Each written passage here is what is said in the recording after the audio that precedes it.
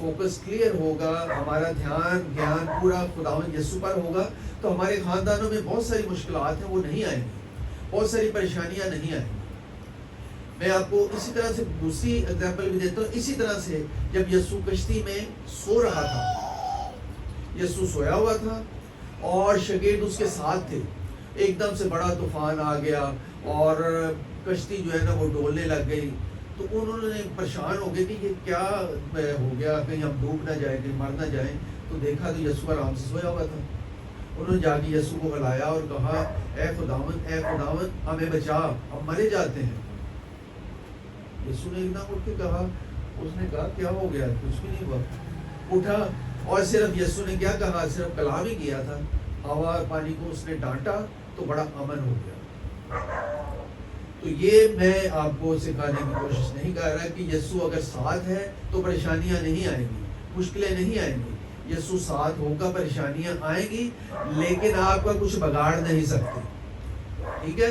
سیکھنے والی بات یہ ہے کہ یسوع ساتھ ہے، بیماریاں آئیں گی لیکن وہ آپ کا کوئی نقصان نہیں کریں گی، کمزوریاں ہوں گی لیکن زور آور آپ کو خداوند کرے گا، عقابوں کی مانند آپ کو زور خداوند بخشے گا۔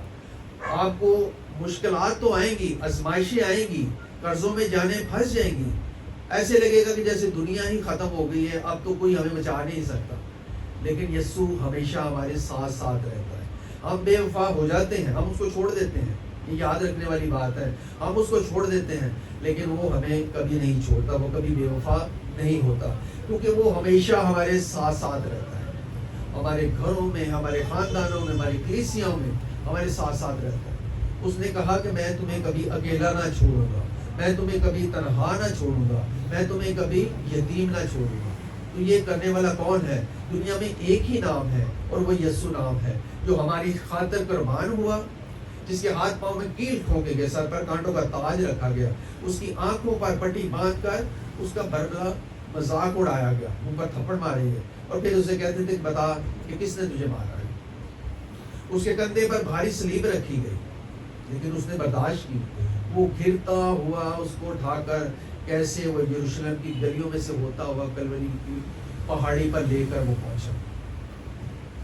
اس نے ہماری خاطر بہت ساری مشکلیں جو ہے نا برداشت کی، وہ سارے دکھ جو ہمارے تھے، وہ ساری بیماریاں جو ہماری تھی، وہ ساری کمزوریاں جو ہماری تھی، وہ اس نے اپنے اوپر لے لی۔ اس لیے اس نے کہا کہ اے باپ، ہو سکے تو یہ پیالہ مجھ سے ٹل جائے لیکن میری نہیں تیری مرضی پوری ہو، کیونکہ وہ باپ کی مرضی پوری کرنے کے لیے آیا تھا۔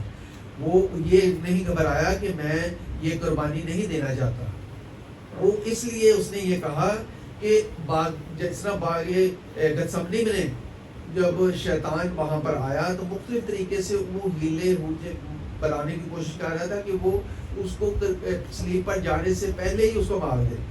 یہ جو ابھی میں نے آپ کو بتایا کہ جب وہ وہاں پہ تھا، کشتی کے اندر تھا اور بڑا طوفان آیا تھا، تب بھی ابلیس نے کوشش کی کہ وہ کسی طریقے سے یسوع کو صلیب سے جانے سے پہلے ہی مار دے، لیکن یسوع چاہتا تھا کہ میں صلیب پر جاؤں اور پوری بنی نوع انسان کے لیے قربان ہوں، جو وہ قربانی دینے کے لیے آیا ہے، وہ اسی طرح اس نے پوری قربانی ہماری خاطر دی اور اپنا پاک اور قیمتی خون ہمارے لیے اس نے بہایا۔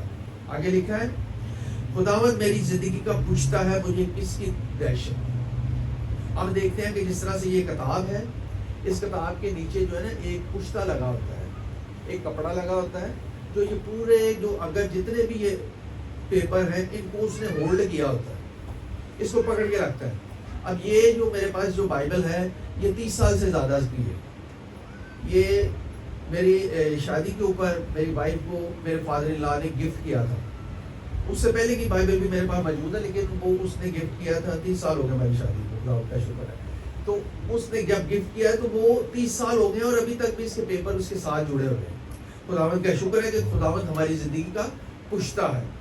ہم جب خداوند کے ساتھ جڑے رہتے ہیں تو پھر ہمیں چاہے طوفان آئے، مشکلیں آئیں، پریشانیاں آئیں، ہمیں کوئی بھی خداوند سے چیز علیحدہ نہیں کر سکتی، کیونکہ ہمارا کنیکشن ایک اتنا خاص بنا ہوتا ہے۔ جس طرح سے ابھی ہمارے سامنے یہ لائٹ جل رہی ہے، نیگیٹو پازیٹیو جڑتے ہیں تو پھر یہ لائٹ جل جاتی ہے۔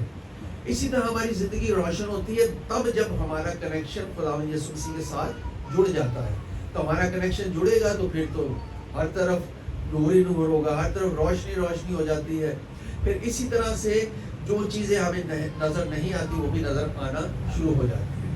بالکل شیشے میں ہمیں پہلے دھندلا دھندلا نظر آتا ہے جب ہمارا خداوند سے کوئی واسطہ نہیں ہوتا, اور جب خداوند کے ساتھ ہمارا کنیکشن جڑ جاتا ہے تو پھر ہمیں ہر چیز صاف نظر آنا شروع ہو جاتی ہے.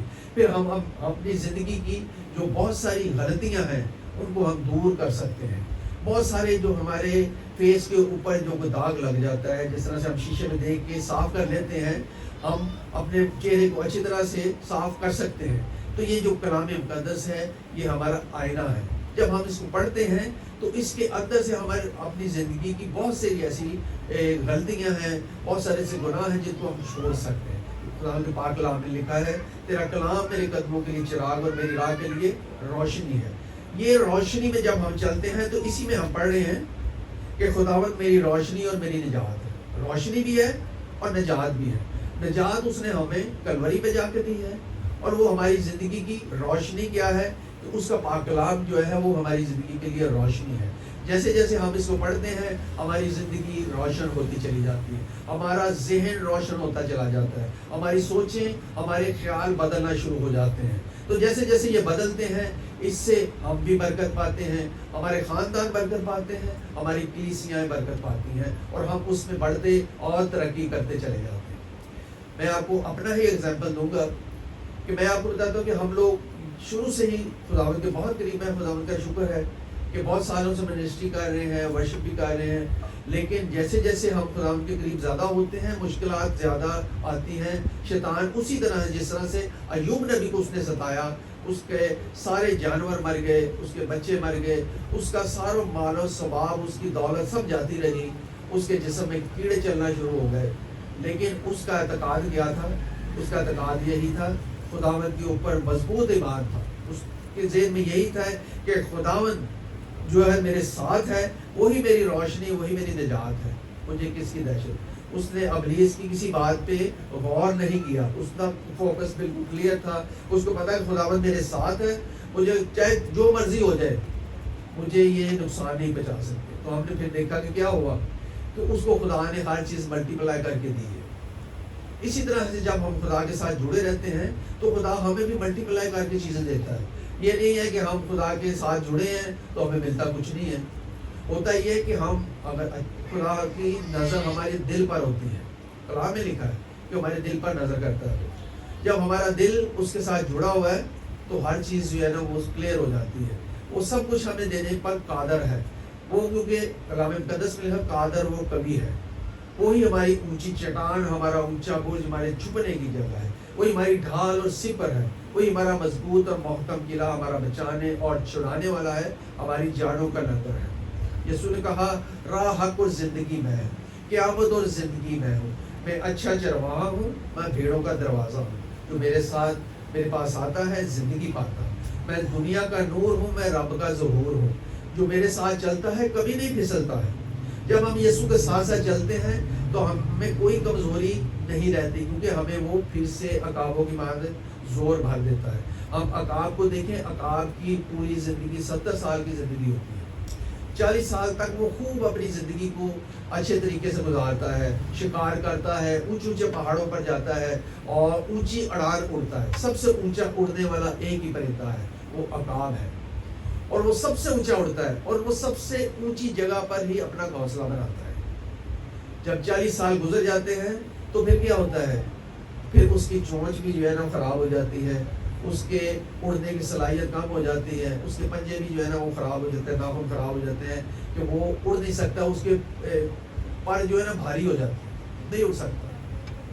پھر اس کے پاس 2 ہی راستے ہوتے ہیں, یا تو وہ اپنے آپ کو اس پروسیس میں سے گزارے جو خداوند نے اس کے لیے مقرر کیا ہے, تو یا پھر وہ ویسے ہی مر جائے. لیکن وہ عقاب کیا کرتا ہے, وہ اس پروسیس میں جانے کے لیے, اس مشکل میں جانے کے لیے تیار ہو جاتا ہے. وہ جاتا ہے پہاڑوں میں, جا کر اپنی چونچ کو زور زور سے مارتا ہے اور اپنی چونچ کو توڑ دیتا ہے. پھر اس کی نئی چونچ نکلتی ہے.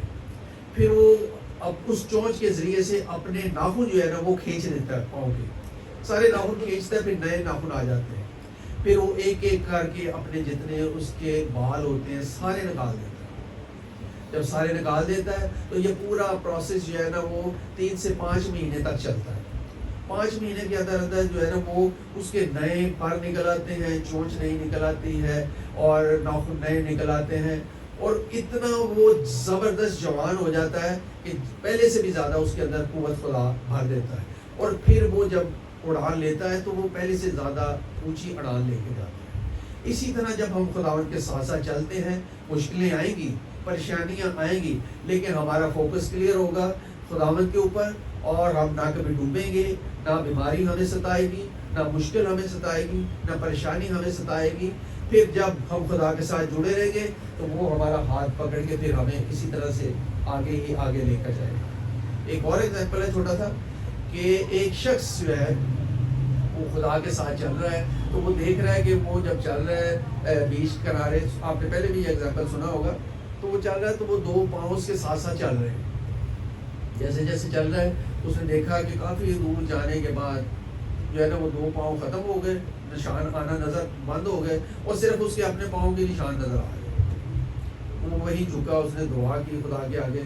اس نے کہا خداوند پہلے تو میرے ساتھ ساتھ تھا, لیکن آگے جا کے میں نے دیکھا تو نے میرا ساتھ چھوڑ دیا, اور میں جو ہے نا اکیلا ہی جو ہے نا مشکلات میں, ادھر طوفان بھی ہیں, مشکلیں بھی ہیں, پریشانی ہیں, اور میں اکیلا ہی چل رہا ہوں, تم نے مجھے چھوڑ دیا.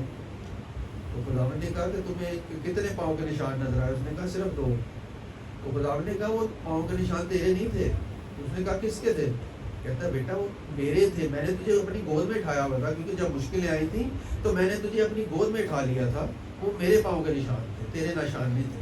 ہمیں یہ پہچاننے کی ضرورت ہے کہ جب خدا ہمارے ساتھ ہے تو ہمیں یہ پکا یقین کرنے کی ضرورت ہے. جب ہم یقین کر لیتے ہیں تو میں آپ کو حقیقت بتاتا ہوں کہ ساری پریشانیاں جاتی رہتی ہیں, مشکلیں جاتی رہتی ہیں. ہم لوگ دبئی میں تھے تو وہاں پہ ہم نے یہ دیکھا جب کرونا کے دن تھے تو بڑی مشکلات تھیں, بڑی پریشانیاں تھیں, لوگوں کی جاب چلی گئی. میں تھا وہاں پہ, میرے پاس بھی جاب نہیں تھی, چلی گئی. میرا بیٹے کی جاب چلی گئی, صرف میری وائف کے پاس جاب تھی, اور ہم لوگ 4 لوگ تھے. تو آپ کو یہ بتانا چاہتا ہوں کہ جب خداوند ساتھ ہوتا ہے تو ساری مشکلیں جو ہے نا وہ خود ہی اس کو ہینڈل خود ہی کرتا ہے. لوگوں کے پاس کھانے کو نہیں تھا, لوگ مشکلات میں تھے, پریشانیوں میں تھے, بیماریوں میں تھے, کمزوریوں میں پڑ گئے, اور بہت سے ایسے لوگ تھے جو وہ سوچنے لگے پتہ نہیں خدا ہے بھی کہ نہیں ہے. اتنی پریشانی تھی, اتنی ناامیدی لوگوں کے اندر تھی. لیکن ہم خداوند کے آگے جھکے, ہم نے رو رو کے خداوند کے آگے دعائیں کی, اور خداوند نے ہماری دعاؤں کو سنا, اور ہماری مشکلوں کو اس نے آسان کرنا شروع کیا. ایک ہی شخص جس کی سیلری آتی ہے اس میں سے سارے گھر کے اخراجات بھی چل رہے ہیں, ساری چیزیں چل رہی ہیں, کھانا پینا بھی چل رہا ہے, اور خداوند کا شکر یہ ہم کرتے ہیں کہ اس نے ہمیں نہ تو بھوکا بننے دیا, نہ کوئی مشکل آنے دی, نہ کوئی پریشانی آنے دی. اس کے بعد جیسے جیسے خدا کے آگے ہم جھکتے گئے, اور ہم نے کہا خداوند جو کرنا ہے تو نے کرنا ہے, ہمارا زور ختم ہے, اور جو کرنا ہے تو نہیں کرنا ہے. تو خداوند کا تو وعدہ ہے کہ میں تمہیں کبھی اکیلا نہ چھوڑوں گا, تمہیں تنہا نہ چھوڑوں گا. لیکن خداوند نے ایسے ہاتھ پکڑا اور اس نے ساری مشکلوں میں سے نکال دیا. بینک کے بھی بہت سے ہمارے اوپر لون کے پیسے چڑھے ہوئے تھے, اور بڑی مشکلات تھیں, بڑی پریشانیاں تھیں, کہ یہ تھا کہ بینک کی انسٹالمنٹ نہیں دے سکتے تھے, اتنی پریشانیاں تھیں. لیکن خداوند نے ممکن کیا, کیونکہ ہمارا ایمان تھا کہ خداوند میری روشنی, میری نجات ہے, مجھے کس کی دہشت, خداوند میری زندگی کا پوچھتا ہے مجھے کس کی ہے. یہ بات ہمارے دل کے اندر گھر کر گئی کہ خداوند ہی ہماری نجات ہے, وہی ہمیں ہر چیز سے بچائے گا, چھڑائے گا. تو جب ہم اس پہ یقین کر لیتے ہیں تو میں حقیقت میں آپ کو بتاتا ہوں کہ ساری چیزیں ایک سائڈ پہ رہ جاتی ہیں. دنیا کے سارے معبود, اب سوچیں غور سے, دنیا کے سارے معبود محض بت ہیں, نہ دیکھتے ہیں, نہ سنتے ہیں, نہ چلتے ہیں, نہ کسی کو چھوتے ہیں. تو کیسے کسی کو شفا دے سکتے ہیں, کیسے کسی کو مشکل سے نکال سکتے ہیں, کیسے کسی طوفان کو روک سکتے ہیں.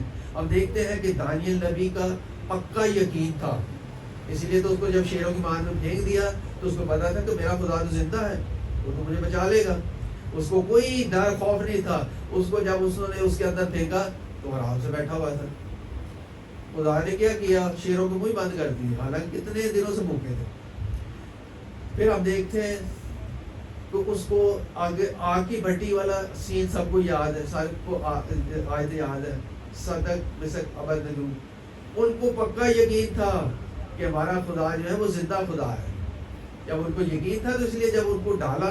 ایک بات غور کرنے والی ہے کہ جو ان کو پھینکنے والے تھے اتنی آگ تیز کی گئی تھی کہ جو پھینکنے والے تھے وہ جل گئے تھے، لیکن جب ان کو پھینکا گیا تو نہ ان کا کوئی اقبال جلا، نہ ان کے کپڑوں میں سے جلنے کی بدبو آ رہی تھی. تو کیا تھا، وہ 3 لوگ تھے. تو جب بادشاہ نے آ کے دیکھا تو اس نے کہا کہ یہ چوتھا کون ہے. اسی لیے ہمیں یقین کرنے کی ضرورت ہے کہ مشکل ہو، پریشانی ہو، کچھ بھی ہو، یسوع ہمارا ساتھ کبھی نہیں چھوڑتا، وہ ہمیشہ ہمارے ساتھ رہتا ہے. جب یہ یقین ہمیں ہوگا تو میں آپ کو یقین سے کہتا ہوں ہمارے گھر میں سے کوئی مشکل پریشانی جو ہے نا ٹکی نہیں رہے گی، کوئی بیماری ٹکی نہیں رہے گی، جاتی رہی. آپ کے سامنے میں کھڑا ہوں، خداوند کا شکر ہے، نہ کوئی ہارٹ پرابلم ہے، نہ کوئی کڈنی کی پرابلم ہے، نہ کوئی اسٹمک کی پرابلم ہے. لاسٹ سنڈے پادری صاحب بھی بتا رہے تھے کسی قسم کی پرابلم نہیں ہے، کوئی بیماری نہیں ہے. خداوند کا شکر ہے کہ خداوند اپنے جلال کے لیے استعمال کرتا ہے. اور ابھی بھی جہاں کہیں آتے جاتے ہیں خداوند کا شکر ہے ہم اسی طرح سے بھاگتے ہیں. میں جوانوں کے ساتھ اسی طرح سے بھاگتا ہوں، وہ جیسے یہ بھاگتے ہیں بلکہ ان کے ساتھ رہ کہ میں اور زیادہ اپنے آپ کو جوان محسوس کرتا ہوں. کیونکہ یہ جتنے ہمارے یوتھ کے اور ورشپ کے جتنے سارے نوجوان ہیں، یہ ان میں بڑا زور خداوند نے ان کو دیا ہے. خداوند نے بڑی ان کو گفٹ بخشے ہیں اور یہ خداوند کے لیے اپنے آپ کو وقت دیتے ہیں، استعمال کرتے ہیں. تو جب ان کے ساتھ میں ہوتا ہوں بلکہ میں اپنے آپ کو سمجھتا نہیں کہ میں کوئی تھوڑا ان سے بڑا ہوں. میں ان کے ساتھ ہی مل کے خداوند کی اسی طرح سے ہم شکر گزاری کرتے ہیں، اسی طرح سے ہم خداوند کے کام میں حصہ لیتے ہیں. تو لیکن یہ ہے کہ جب ہم خداوند سے اگر برکت لینا چاہتے ہیں تو ضرور ہے کہ ہم خداوند کے ساتھ جڑے بھی رہیں. اور جڑے رہنے کا صرف مطلب یہی نہیں کہ ہم صرف نام سے ہی جڑے رہیں، پورے طور سے ہمیں پریکٹیکلی خداوند کے ساتھ جڑنا ہے. اور یہ مکمل یقین رکھنا ہے کہ خداوند پر بھروسہ بھی کرنا ہے، توکل اس پر کرنا ہے، اور یہ سوچ لینا ہے کہ خداوند خدا ایک ہی ہے اور اس کی قبر خالی ہے اور وہ یسوع ہے، اس کے علاوہ اور کوئی نہیں ہے. باقی دنیا میں جتنے بھی لوگ ہیں انسانوں پر بھروسہ کرنا چھوڑ دیں. ابھی پیچھے وہ سنڈے کو ہی عدیل بھائی کہہ رہے تھے کہ آپ کا ہیرو کون ہے، آپ کا ہیرو کون ہے. میں ہمیشہ دوسروں کو بھی یہی کہتا ہوں اور میں اپنے آپ کو بھی یہی دل میں میرے یہی ہے کہ ہمارا ہیرو ایک ہی ہے اور یسوع ہے، اور کوئی ہمارا ہیرو نہیں ہے. دوسروں کو لوگ آئیڈیلائز کرتے ہیں کہ فلاں ہیرو ہے، فلاں دنیا میں ہوتے ہوئے ہو سکتا ہے، لیکن جب آپ کا فوکس کلیئر ہوگا نا پھر کافی چیزیں آپ کی جو گھروں میں سے وہ ہے جاتی رہتی ہیں، مشکلیں جاتی رہتی ہیں، پریشانیاں جاتی رہتی ہیں، بیماریاں جاتی رہتی ہیں، کمزوریاں جاتی رہتی ہیں. تو پھر ہم خدا میں آگے ہی آگے بڑھتے چلے جاتے ہیں. تو خدا ہمیں ڈھیروں برکات حاصل ہوتی رہتی ہے. تو پھر جب ہم خدا کے آگے جھک جاتے ہیں تو اپنے آپ کو سب سے بڑی بات یہ ہے کہ اس کے آگے جب جھکا دیں گے تو پھر وہ اپنے آسمان کو ہمارے اوپر کھول دیتا ہے. تو پھر ہمیں تمام روحانی، جسمانی، خاندانی، دنیاوی برکات سے مالا مال کر دیتا ہے. تو دینے والا صرف ایک ہی ہے. دنیا کی ساری چیزیں جھوٹی ہیں لیکن خداوند کا پاک کلام جو ہے وہی حق ہے، وہی سچ ہے. اس میں جتنے وعدے ہیں وہ سچی اور ہاں کے ساتھ ہیں. جب ہم پیدائش سے مکاشفہ تک ہم یقین کر لیتے ہیں کہ اس کے اندر سب کچھ سچ ہے تو پھر میں آپ کو بتاؤں کہ ہماری زندگی میں وہ راہیں کھلنا شروع ہو جاتی ہیں. کیونکہ یسوع نے کہا کہ میں اس لیے آیا کہ تم زندگی پاؤ اور کثرت کی زندگی پاؤ. کثرت کی زندگی کا مطلب یہ نہیں کہ ہم زندگی تو پا لیں لیکن جو ہے نا وہ مشکلات میں ہو، پریشانیوں میں ہو. کثرت کی زندگی برکت والی زندگی ہوتی ہے. تو جب ہم یسوع کے ساتھ جڑیں گے، اس کو اپنی زندگی کا پشتہ سمجھیں گے اور اس کے ساتھ ساتھ چلیں گے تو میں آپ کو یقین سے یہ کہتا ہوں کہ ہمارے خاندانوں میں خوشحالی آئے گی، ہمارے کچن میں برکت ہوگی، ہمارے روپے پیسے میں برکت ہوگی، ہمارے کاروبار میں، ہمارے جاب میں، ہمارے خاندانوں میں، ہماری کلیسیوں میں خداوند کی برکت آئے گی. خداوند آپ سب کے ساتھ ہو اور آپ کے خاندانوں میں خوشحالی آئے، برکت آئے، نجات آئے، ہمیشہ کی زندگی آئے، آزادی آئے، رہائی آئے، اور خدا آپ کو ہمیشہ آسمان کی بلندیوں پر سرفراز کرتا رہے. آئے ہم دعا کریں. پیار محبت سے بھرے خداوند تیرا دل کی گہرائیوں سے شکریہ ادا کرتے ہیں اس وقت، اس موقع کے لیے کہ تو نے پیارے خدا اپنے پاک کلام کے وسیلے سے ہمیں پیارے خدا عقل بخشی ہے، نئی سوچیں، نئے خیال بخشے ہیں. تو نے اپنے کلام کا بیج ہو ہمارے دلوں میں بویا ہے پیارے خدا وہ ایک تاناور درخت بن کے، اور ہم پیارے خدا اس کے پھلوں سے لوگ ہمیں جانیں کہ ہم زندہ خدا کے بیٹے اور بیٹی ہیں. ابھی ہم ایک گیت گائیں گے اس کے لیے ہدیہ نذرانے کے لیے، اور پھر بھائی ہمارے ساتھ ہیں، اس کے بعد ایک گیت وہ بھی گائیں گے.